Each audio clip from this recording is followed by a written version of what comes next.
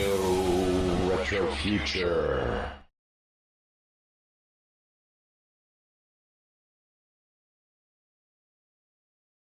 Hello folks, post-production Bonsard here. So, I recently did something I should have done a long time ago and I finished watching Arcane, the League of Legends series, which by the way, will have a second season by November this year. So I'm looking forward to that. I have a lot to say about this series, so I'll probably make at least one video, maybe even two. In the past, I actually started on before I finished watching the series a long time ago, I actually started working on a thing where the story takes a lot of cues from Metropolis.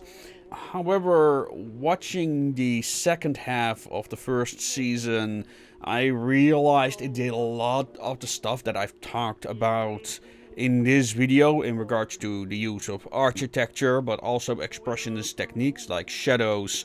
I will discuss those at a later date, and with the question like, is this the standard that we should set for steampunk? I think that Arcane is more of a gaslight fantasy. I will talk about that in those videos as well. But regardless, when it comes down to steampunk aesthetics and the use of visual storytelling techniques, I think Arcane deserves a deeper look. The Mad Max franchise, it's an interesting beast as it's both alternate history and science fiction, but its themes, aesthetics and world are very post-apocalyptic.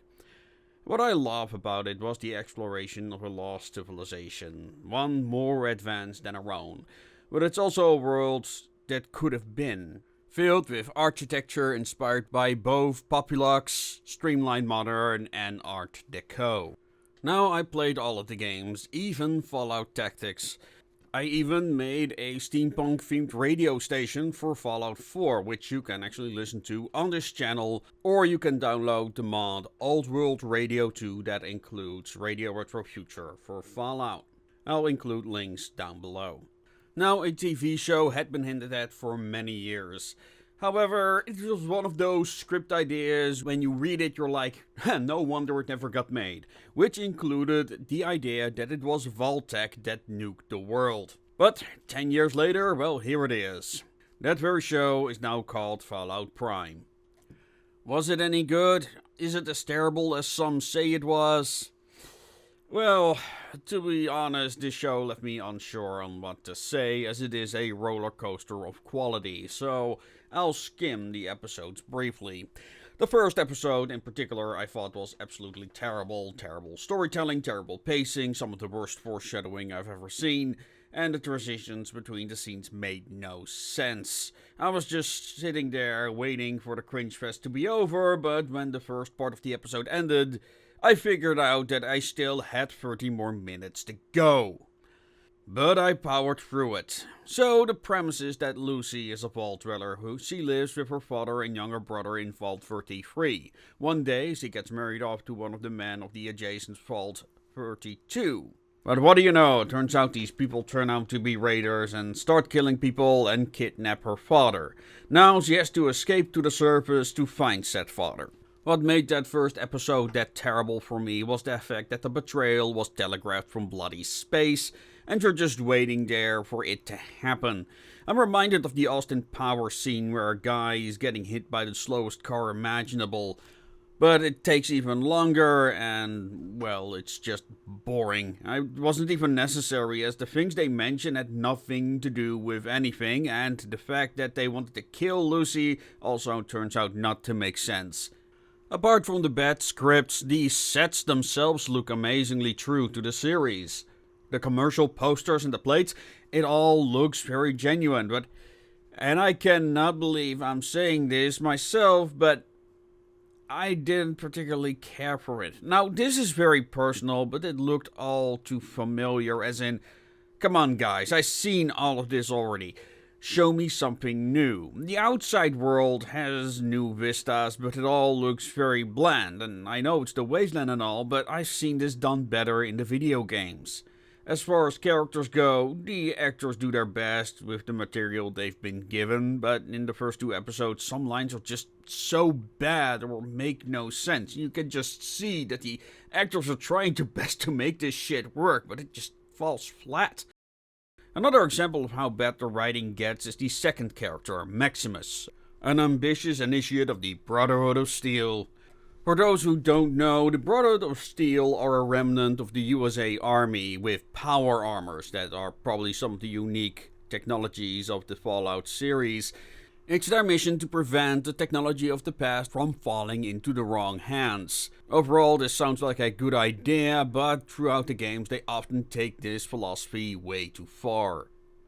But they do so from a philosophical perspective.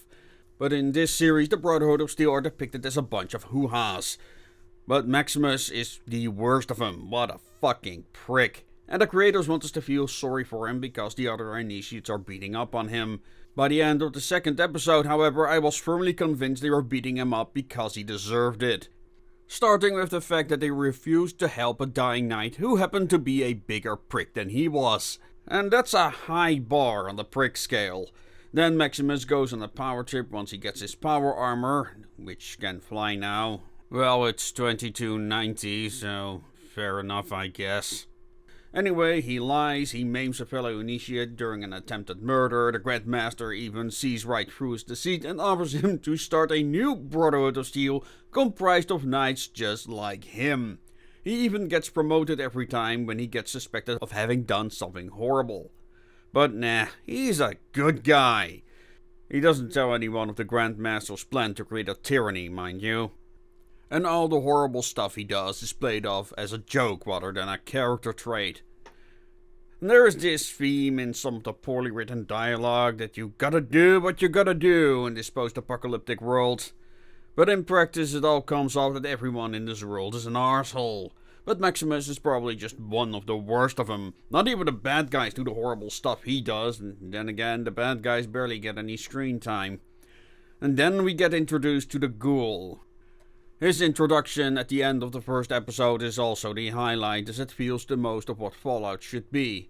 It's short, brief, and kinda explains of what he is all about. I can even accept that the ghouls in this series are now super zombies. Well, he is at least. He can regenerate any wound, has super strength, and tanks blows from a power armor. Well, whatever, show. That said, episode 2 isn't as bad as the first. It's just boring, and I cared for nothing that was happening on screen. Nothing felt connected. The characters appeared in the scenes because the script told them to be there, and there's just this weird tone that I can't wrap my head around. The show tries to be somewhat lighthearted, but it just doesn't work for me. I'm not even sure if I'm watching failed attempts at slapstick humor or something I just don't get. In the second episode, there's this fight that I think tries to mimic the slow-mo of the VAT system in the video games, but to me it just felt like they're just padding out the runtime in an already boring episode. Lucy has done nothing up to this point, mind you. Stuff just happens to her during the first 3 episodes. She either gets attacked, taken prisoner, or is told exactly what to do. From episode 3 onward, however, there is a change. The episode still ain't great, but when Maximus teams up with one of his buddies to fight a monster, I felt actually engaged for the first time. Episode 4 feels it was done by an entirely different creative team. The editing, the pacing is a step up, none of the terrible slow-mo stuff, just suspense and action. Episode 4 is my favorite in the series, as it feels the most Fallout. In this episode, Lucy starts feeling like a vault dweller entering a strange situation in an unfamiliar environment. Her brother has a similar adventure exploring Vault 32, where he tries to piece together what happened there. In moments like these, the show stands out and actually feels like a Fallout experience. Quite frankly, this is what the show should have been. The vault dweller stumbling onto one vignette to the other and find creative ways to get out of them. There's still plenty of unnecessary padding, and it's clear they had no idea where to go with the vault secrets or characters ought to be doing. At some point, there's this plot they have to deliver a severed head of a scientist, but in reality it's just there so the characters have something to chase after, as the main plot has been duct taped together from various ideas. Only the ghouls' pre-war flashbacks feel coherent because it doesn't depend on continuity as much. But the mystery of Vault 33, the severed head and the father, they seem to have made up as they went along. The main plot just feels very disjointed, and I didn't care for anything that was happening at all. It was really the execution of the scenes from episode 3 onward that really drew me in. But there are also that many moments that are just plain bad, like this moment where a guy comes in screaming that the water chip broke and they will only have a few months of water left in the vault. This will never be mentioned again, so I guess we'll see this in Season 2, if it ever happens. Fallout is a decisive show for fans, and for good reason. The idea that Vault-Tec destroyed the world has always been something of a fan theory, but it made no sense in the series lore, as we find bombs thrown from airplanes all over the place. But in the game, it was also China that fired the first nukes when America landed on the mainland. Yeah, but Amazon can't mention that in the current year because that would upset a certain Mr. Pooh. So what's the reason that a company wants to destroy the world? Well, Vault-Tec wants to outlive the competition. You realize that capitalism only works when you have customers, right? Don't get me wrong, the pre-war American political class was depicted as a bunch of paranoid and technocratic morons. Hell, Mr. House from New Vegas was counting on them to screw up, making his own preparations for a post-war Las Vegas for that very reason. But it doesn't matter, as Todd has confirmed that the events of New Vegas have been rendered mute. And don't even get me started about the inclusion of Mr. House in the final episode, because that makes even less sense now. And also, Robco is spelled differently. Huh. What got fans of the show really riled up in the first place was this chalkboard scene where we see a timeline about Shady Sands. It mentions that Shady Sand fell in 2077, with an arrow leading up to a nuclear explosion.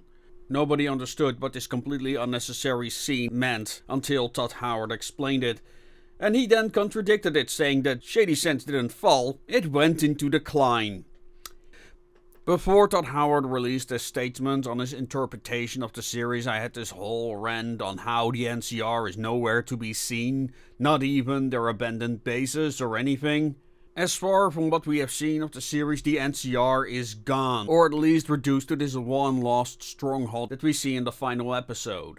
I'm quietly not sure if it was an NCR base or just a group of raiders with NCR paraphernalia hanging on the walls. But now Todd Howard claims that the NCR still has settlements everywhere else. Which makes sense at first glance, but how did the Brotherhood of Steel become this powerful then? By the end of New Vegas, they were on the verge of going extinct due to the war with the NCR and their xenophobic attitudes. And now they're probably the biggest military force in the wasteland, with a complete air force that's picking up random merchants wherever they find them.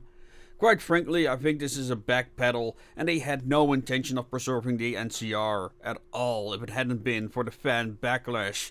Regardless, destroying iconic locations like Shady Sands and New Vegas off screens has created a bankrupt as far as I'm concerned. Even worse is that Dodd said he wanted to move the story forward and add new things. But they didn't move the story forward. They declared that the events of New Vegas were irrelevant and destroyed some of the most iconic locations to boot. And it didn't add anything new, it only took things away. And at this point I'm rather indifferent whether there will be a season 2.